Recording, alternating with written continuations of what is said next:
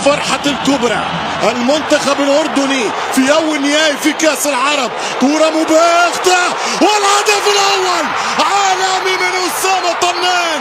أي جول، أي كرة، أي لوب، هذا تاريخ، هدف أسطوري هنا في مرمى لوسيل، في ملعب السحر. هنا يواصل استاد لوسيل نثر سحره في مباراة الكبار. مش ممكن على الهدف، مش ممكن على الجول. كيل بوت، كيل ريتي، جولاسو للمنتخب المغربي. 1-0 في 4 دقائق. كرة ملعوبة من أسامة طنان، كرة من أكثر من 50 متر. يا الله، هدف البطولة، بل هدف هو الأجمل في تاريخ كؤوس العرب منذ البدايات، بعودة الألوان الكحلة والبيضة إلى عاد الألوان، في نقل تلفزي حصري ومباشر وروعة في كرة مباشرة. يا سيد أبو ليلى يباغت، والمنتخب المغربي يفتح بوابة التسجيل. عالمي، عالمي يا طنان. أسامة جول، أسامة من 50-60 متر يباغت يا سيد أبو ليلى في أجمل أهداف البطولة عبر تاريخها. 1 المغرب، 0 الأردن. البداية متميزة من الأسود. المغرب له الدراية، له التقاليد، له ثقافة النهايات، له الانتصارات في آخر السنوات. الأولى في الشوط الثاني، ركنية لمنتخب الأردن. التنفيذ على القائم الثاني خطير براس جول، هدف التعادل للنشامة. الأردن يا الأردن، الأردن يا الأردن.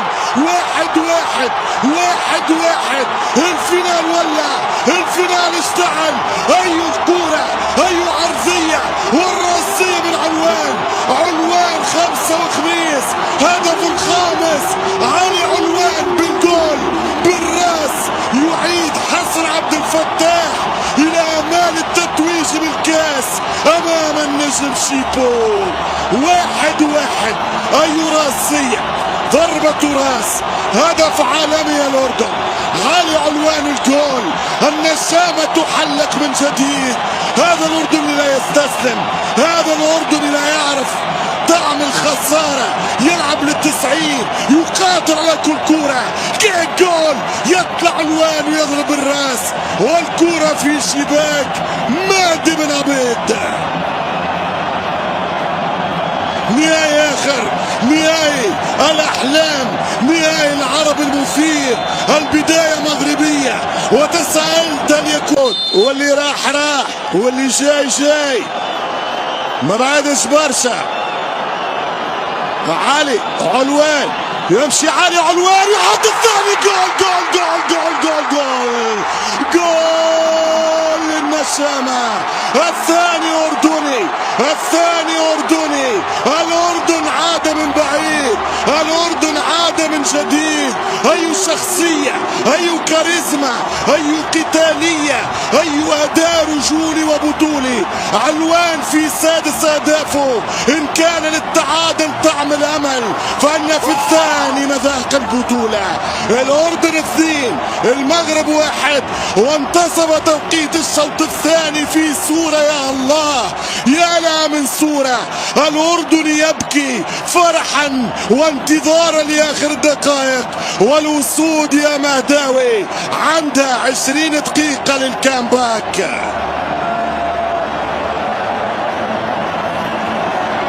2-1. لم يهتز أعصابك يا علوان، أعصابك يا علي في سقف المرمى. جول الثاني في مرمى بن عبيد. 2 الأردن، 1 المغرب. في الشوط الثاني مثير جدا، شوط الإثارة، شوط العودة الأردنية، شوط تغيرت فيه الصورة وتغيرت فيه نتيجة الكرة، وفيه تغير لحد اللحظة تجاه كاس، من كاس إلى كازا إلى أبو تجري. تلعب كرة هذه خطيرة بالراس، مش مش ممكن والتعادل المغربي، التعادل المغربي. حمد الله يلغي الهدف. التسلل ضد حمد الله. الحكم يقول اوفسايد الرايه. هبلوا انجنوا الكوره في مسرح الوسيل يا حمد الله. يا حمد الله الاولى، يا حمد الله الثانيه. اذا فيها حق فيها فار، جيب الحق يا الفار. هي للاردن قبل المغرب. مش ممكن في ال87 تصدى ابو ليلى وواصل في ابداعي ونشيد ليلاه، ولكن ترجع ويتصدى ويسجل. يضرب الكوره حمد الله.